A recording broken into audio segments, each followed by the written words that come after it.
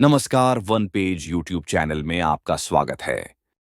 आज सुनिए मुंशी प्रेमचंद की लिखी कहानी चोरी। हाय बचपन, तेरी याद नहीं भूलती। वह कच्चा टूटा घर, वह पुवाल का बिछौना, वो नंगे बदन, नंगे पाँव खेतों में घूमना, आम के पेड़ों पर चढ़ना, सारी बातें आंखों के सामने फिर रही हैं। चमरौधो जूते पहनकर उस वक्त कितनी खुशी होती थी, अब फ्लेक्स के बूटों से भी नहीं होती। गरम पनुए रस में जो मज़ा था, वो अब गुलाब की शरबत में भी नहीं। चबेने और कच्चे बेरों में जो रस था, वह अब अंगूर और खीर मोहन में भी नहीं मिलता। मैं अपने चचेरे भाई हलधर के साथ दूसरे गांव में एक मौलवी साहब के यहाँ पढ़ने जाया करता था। मेरी उम्र 8 साल थी।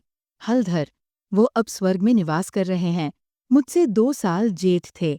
हम दोनों प्रात काल बासी रोटियां खा दोपहर के लिए मटर और जौ का चबेना लेकर चल देते थे। फिर तो सारा दिन अपना था। मौलवी साहब के यहाँ कोई हाजिरी का रजिस्टर तो था नहीं और न गैरहाजिरी का जुर्माना ही देना पड़ता था। फिर डर किस बात का? कभी तो थाने के सामने खड़े सिपाहियों की कवायद देखते, कभी किसी भालू या बंदर नचाने वाले मदारी के पीछे पीछे घूमने में दिन काट देते, कभी रेलवे स्टेशन की ओर निकल जाते और गाड़ियों की बहार देखते। गाड़ियों के समय का जितना ज्ञान हमको था, उतना शायद टाइम टेबल को भी न था। रास्ते में शहर के एक महाजन ने एक बाग लगवाना शुरू किया था। वहां एक कुआं खुद रहा था। वह भी हमारे लिए एक दिलचस्प तमाशा था। बूढ़ा माली हमें अपनी झोपड़ी में बड़े प्रेम से बैठाता था। हम उससे झगड़झगड़ कर उसका काम करते। कहीं बाल्टी लिए पौधों को सींच रहे हैं, कहीं खुरपी से क्यारियां गोड़ रहे हैं, कहीं कैंची से बेलों की पत्तियां छांट रहे हैं। उन कामों में कितना आनंद था। माली बाल प्रकृति का पंडित था। हमसे काम लेता, पर इस तरह मानो हमारे ऊपर कोई एहसान कर रहा है। जितना काम वह दिन भर में करता, हम घंटे भर में निपटा देते थे। अब वो माली नहीं है, लेकिन बाग हरा भरा है। उसके पास से होकर गुजरता हूँ तो जी चाहता है उन पेड़ों के गले मिलकर रोऊं और कहूँ, प्यारे, तुम मुझे भूल गए, लेकिन मैं तुम्हें नहीं भूला।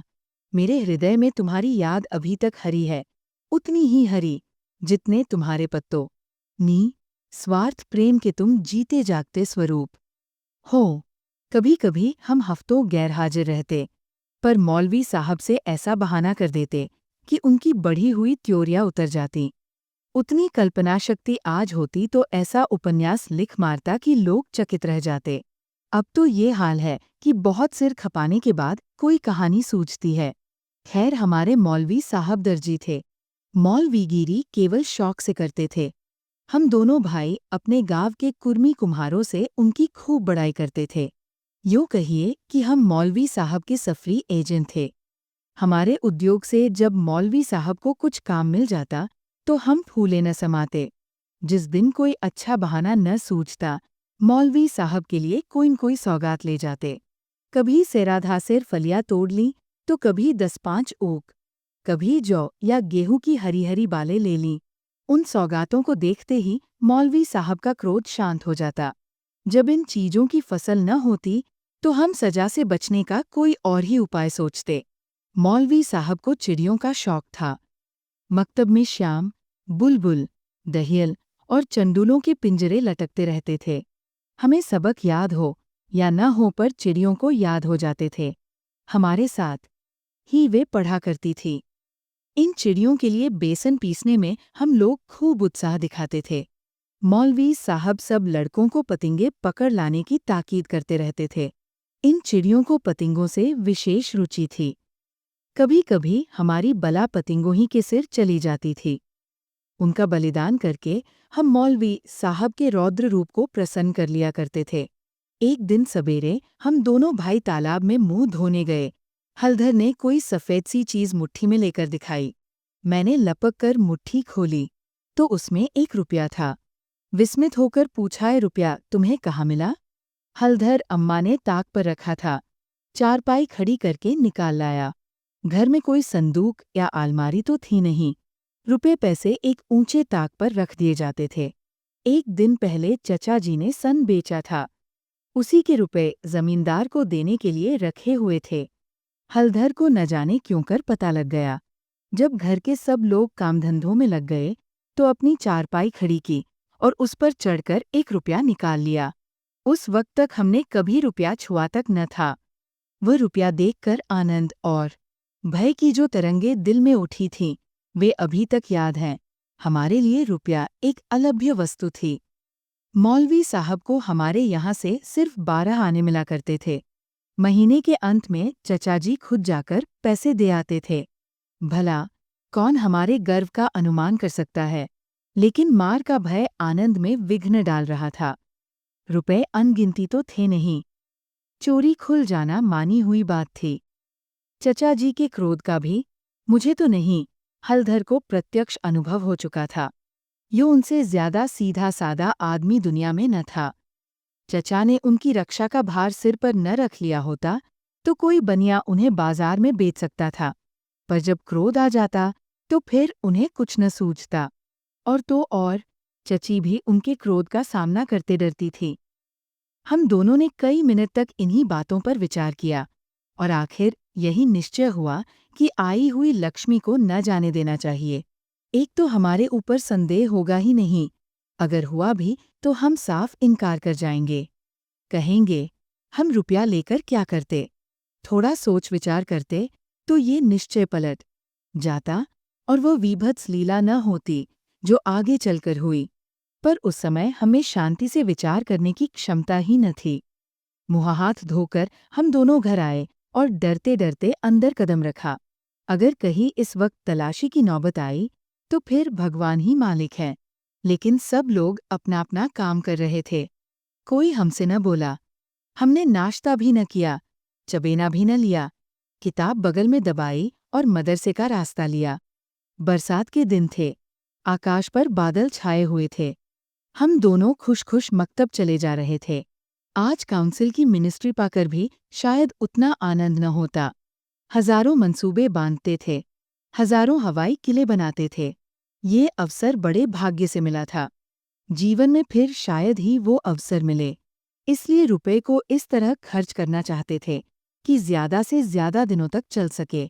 यद्यपि उन दिनों 5 आने से बहुत अच्छी मिठाई मिलती थी और शायद आधा सेर मिठाई में हम दोनों अफर जाते, लेकिन ये ख्याल हुआ कि मिठाई खाएंगे तो रुपया आज ही गायब हो जाएगा। कोई सस्ती चीज खानी चाहिए जिसमें मजा भी आए, पेट भी भरे और पैसे भी कम खर्च हों।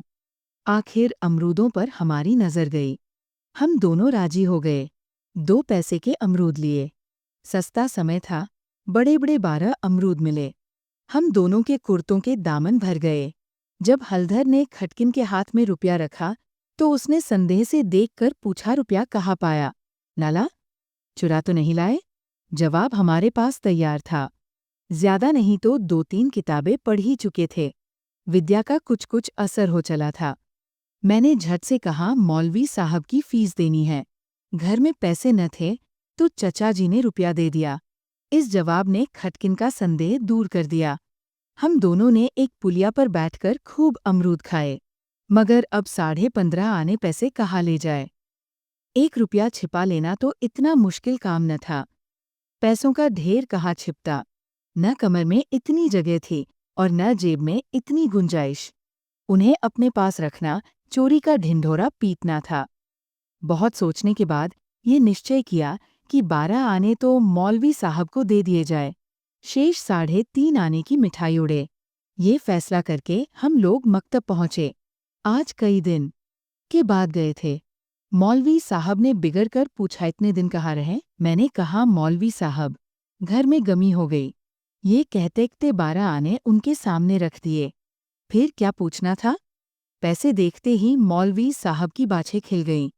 महीना खत्म होने में अभी कई दिन बाकी थे। साधारणत महीना चढ़ जाने और बार बार तकाजे करने पर कई पैसे मिलते थे। अब की इतनी जल्दी पैसे पाकर उनका खुश होना कोई अस्वाभाविक बात न थी। हमने अन्य लड़कों की ओर सगर्व नेत्रों से देखा, मानो कह रहे हों, एक तुम हो कि मांगने पर भी पैसे नहीं देते, एक हम हैं कि पेशगी देते हैं। हम अभी सबक पढ़ ही रहे थे कि मालूम हुआ आज तालाब का मेला है दोपहर में छुट्टी हो जाएगी। मौलवी साहब मेले में बुलबुल लड़ाने जाएंगे। ये खबर सुनते ही हमारी खुशी का ठिकाना न रहा। 12 आने तो बैंक में जमा ही कर चुके थे। 3.5 आने में मेला देखने की ठहरी। खूब बाहर रहेगी। मज़े से रेवड़ियाँ खाएंगे, गोलगप्पे उड़ाएंगे, झूले पर चढ़ेंगे और शाम को घर पहुँचेंगे। लेकिन मौलवी साहब ने एक कड़ी शर्त ये लगा दी थी कि सब लड़के छुट्टी के पहले अपना अपना सबक सुना दें। जो सबक न सुना सकेगा, उसे छुट्टी न मिलेगी। नतीजा ये हुआ कि मुझे तो छुट्टी मिल गई, पर हलधर कैद कर लिए गए। और कई लड़कों ने भी सबक सुना दिए थे। वे सभी मेला देखने चल पड़े। मैं भी उनके साथ हो लिया। पैसे मेरे ही पास थे, इसलिए मैंने हलधर को साथ लेने का इंतजार न किया। तय हो गया था कि वह छुट्टी पाते ही मेले में आ जाए और दोनों साथ साथ मेला देखें। मैंने वचन दिया था कि जब तक वो न आएंगे, एक पैसा भी खर्च न करूंगा। लेकिन क्या मालूम था कि दुर्भाग्य कुछ और ही लीला रच रहा है। मुझे मेला पहुंचे 1 घंटे से ज्यादा गुजर गया, पर हलधर का कहीं पता नहीं। क्या अभी तक मौलवी साहब ने छुट्टी नहीं दी, या रास्ता भूल गए? आंखें फाड़ फाड़ कर सड़क की ओर देखता था। अकेले मेला देखने में जी भी न लगता था। ये संशय भी हो रहा था कि कहीं चोरी खुल तो नहीं गई और चाचा जी हलधर को पकड़कर घर तो नहीं ले गए। आखिर जब शाम हो गई तो मैंने कुछ रेवड़ियाँ खाईं और हलधर के हिस्से के पैसे जेब में रखकर धीरे धीरे घर चला। रास्ते में ख्याल आया, मकतब होता। चलूं, शायद हलधर अभी वहीं हो। मगर वहां सन्नाटा था। हाँ, एक लड़का खेलता हुआ मिला। उसने मुझे देखते ही जोर से कहकहा मारा और बोला, बचा, घर जाओ तो कैसी मार पड़ती है। तुम्हारे चचा आए थे, हलधर को मारते मारते ले गए हैं। अजी, ऐसा तान कर घूंसा मारा कि मियाँ हलधर मुंह के बल गिर पड़े। यहाँ से घसीटते ले गए हैं। तुमने मौलवी साहब की तनख्वाह दे दी थी, वह भी ले ली। अभी कोई बहाना सोच लो, नहीं तो बेभाव की पड़ेगी। मेरी सिट्टी पिट्टी भूल गई, बदन का लहू सूख गया। वही हुआ जिसका मुझे शक हो रहा था। पैर मन भर के हो गए। घर की ओर एक एक कदम चलना मुश्किल हो गया। देवी देवताओं के जितने नाम याद थे सभी की मानता मानी। किसी को लड्डू, किसी को पेड़े, किसी को बतासे। गाँव के पास पहुंचा तो गाँव के डीह का सुमिरन किया, क्योंकि अपने हलके में डी ही की इच्छा सर्वप्रधान होती है। ये सब कुछ किया, लेकिन ज्यों-ज्यों घर निकट आता, दिल की धड़कन बढ़ती जाती थी। घटाएं उमड़ी आती थी। मालूम होता था, आसमान फटकर गिरा ही चाहता है। देखता था, लोग अपने अपने काम छोड़ छोड़ भागे जा रहे हैं। गोरू भी पूंछ उठाए घर की ओर उछलते कूदते चले जाते थे।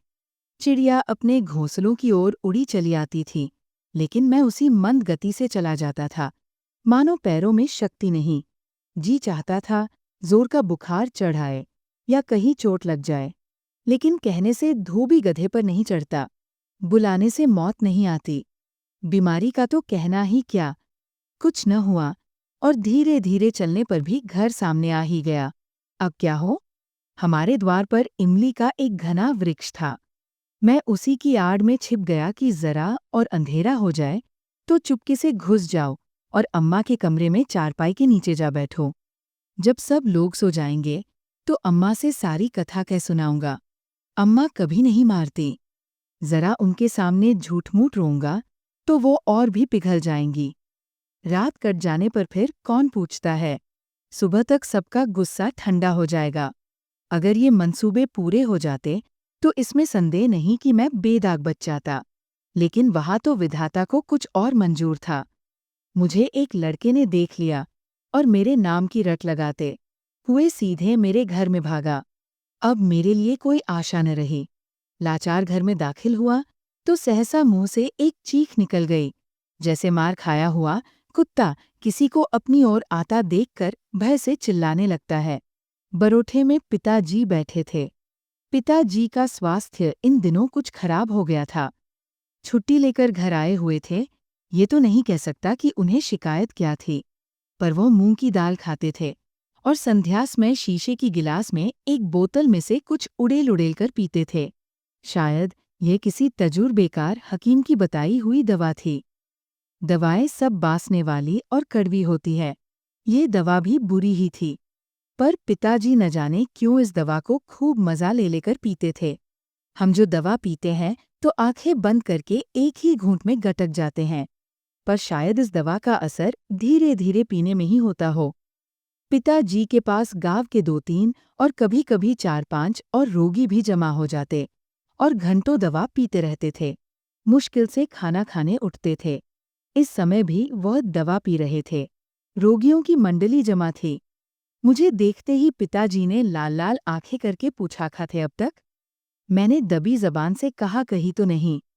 अब चोरी की आदत सीख रहा है। बोल, तूने रुपया चुराया कि नहीं? मेरी जबान बंद हो गई। सामने नंगी तलवार नाच रही थी। शब्द भी निकालते हुए डरता था। पिताजी ने जोर से दौड़कर पूछा, बोलता क्यों नहीं? तूने रुपया चुराया कि नहीं? मैंने जान पर खेलकर कहा, मैंने कहा। मुंह से पूरी बात भी न निकलने पाई थी कि पिताजी विकराल रूप धारण किए, दांत पीसते, झपट कर उठे और हाथ उठाए मेरी ओर चले। मैं जोर से चिल्लाकर रोने लगा। ऐसा चिल्लाया कि पिताजी भी सहम गए। उनका हाथ उठा ही रह गया। शायद समझे कि जब अभी से इसका ये हाल है, तब तमाचा पड़ जाने पर कहीं इसकी जान ही न निकल जाए। मैंने जो देखा कि मेरी हिकमत काम कर गई, तो और भी गला फाड़ फाड़ कर रोने लगा। इतने में मंडली के 2-3 आदमियों ने पिताजी को पकड़ लिया और मेरी ओर इशारा किया कि भाग जा। बच्चे ऐसे मौके पर और भी मचल जाते हैं और व्यर्थ मार खा जाते हैं। मैंने बुद्धिमानी से काम लिया, लेकिन अंदर का दृश्य इससे कहीं भयंकर था। मेरा तो खून सर्द हो गया। हलधर के दोनों हाथ एक खंभे से बंधो थे। सारी देह धूल धूसरित हो रही थी और वह अभी तक सिसक रहे थे। शायद वो आंगन भर में लोटे थे। ऐसा मालूम हुआ कि सारा आंगन उनके आंसुओं से भर गया है। चची हलधर को डॉट रही थीं और अम्मा बैठी मसाला पीस रही थी। सबसे पहले मुझ पर चची की निगाह पड़ी। बोली, लो, वह भी आ गया। क्यों रे, रुपया तूने चुराया था कि इसने? मैंने निश्शंक होकर कहा, हलधर ने। अम्मा बोली, अगर उसी ने चुराया था तो तूने घर आकर किसी से कहा क्यों नहीं? अब झूठ बोले बगैर बचना मुश्किल था। मैं तो समझता हूँ कि जब आदमी को जान का खतरा हो तो झूठ बोलना क्षम्य है। हलधर मार खाने के आदी थे। 2-4 घूंसे और पड़ने से उनका कुछ न बिगड़ सकता था। मैंने मार कभी न खाई थी। मेरा तो 2 ही 4 घूंसों में काम तमाम हो जाता। फिर हलधर ने भी तो अपने को बचाने के लिए मुझे फंसाने की चेष्टा की थी। नहीं तो चची मुझसे ये क्यों पूछती, रुपया तूने चुराया या हलधर ने? किसी भी सिद्धांत से मेरा झूठ बोलना इस समय स्तुत्य नहीं तो क्षम्य जरूर था।